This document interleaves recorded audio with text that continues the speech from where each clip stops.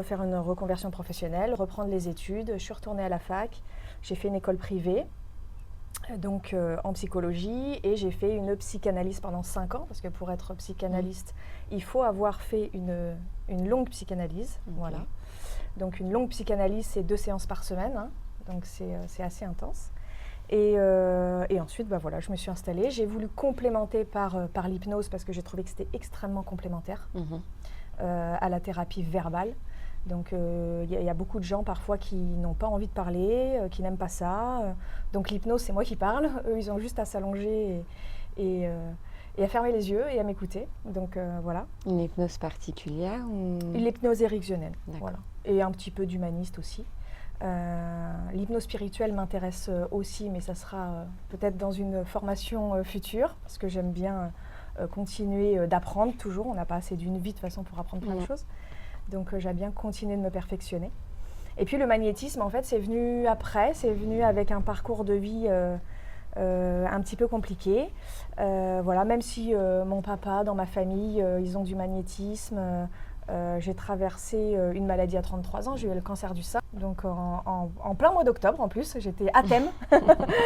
et donc du coup, j'ai voulu aller vers les médecines alternatives au possible pour complémenter les lourds traitements.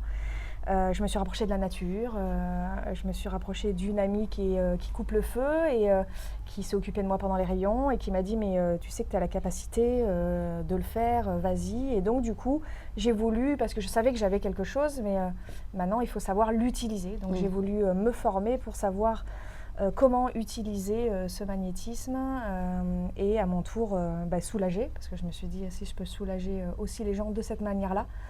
Comme ça, la boucle, entre guillemets, de l'aide à la personne, la boucle est bouclée. Voilà. Ok, super. Est-ce que tu peux nous décrire une journée type de ton activité professionnelle? Alors, c'est très difficile parce qu'il n'y a pas de journée type forcément. Hein. On va en fonction des rendez-vous du cabinet.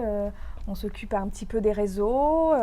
Je viens de commencer une autre activité en parallèle de celle-ci. Donc ça prend aussi du temps de se connecter aux autres, de discuter, d'échanger. Donc voilà, il n'y a pas vraiment de journée type. Ok. Angélique, qu'est-ce qui te plaît le plus dans ton métier? Alors ce qui me plaît le plus, c'est quand une personne me dit merci. C'est juste ça, en fait. À chaque fois, ça m'émeut parce que quand les gens vous disent merci, j'ai plus aucune douleur. De soulager les gens. Ouais, soulager les gens, où ils ont compris quelque chose et ils sont sortis de leur environnement toxique parfois et que du coup, ils ont une nouvelle vie qui s'offre à eux et tout est fluide et ils vous remercient avec un amour de suite. Ça, c'est la plus belle chose, en fait. Bon, et qui sont tes principaux clients? Alors, tout le monde. Il y a vraiment, je ne vais pas dire de 0 à 77 ans, même plus au-delà. Pour l'hypnose, forcément, il faut à partir de 6-7 ans, parce qu'il faut que l'enfant ait quand même de l'imaginaire. Voilà.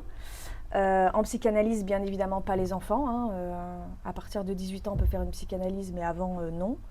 Après, on rentre plus dans une thérapie, par contre, oui. Donc, une thérapie, le plus jeune que j'ai eu, c'est 8 ans. Après, je conseille forcément à aller voir un pédopsychiatre. C'est mieux parce qu'il ne s'occupe que des enfants. Voilà. Je fais aussi de la thérapie de couple. Voilà. Donc, je reçois également les couples. Donc, oui, c'est vaste. C'est très vaste. C'est très vaste. Et comment nous pourrions te recommander en 3 mots seulement? Alors, en 3 mots. Empathique, bienveillante. C'est déjà beaucoup. Je sais pas, le 3e, je vais dire gentillesse. Ok. Et est-ce que vous avez des questions pour Angélique du coup? Tu officies où? À Canet. Est-ce que c'est uniquement en présentiel ou en distanciel également? Je fais les deux. Alors en magnétisme, je fais aussi à distance, hein, parce qu'au niveau des énergies, il n'y a pas de kilomètres. Hein, donc j'ai déjà fait des séances pour des gens qui étaient en Normandie, ça ne pose pas de problème. En hypnose, je fais en visio. aussi, donc comme ça c'est vaste et varié. En analyse, par contre, je fais en visio uniquement si j'ai commencé d'abord la thérapie en présentiel. Comme ça, je me suis imprégnée de l'énergie de la personne, de sa gestuelle, de ce qu'elle dégage en fonction des mimiques morphopsychologiques. Et après, je peux le retranscrire par visio parce que je la connais déjà. Mais par contre, je ne commencerai pas une thérapie en visio si je n'ai pas vu la personne en présentiel avant. Voilà.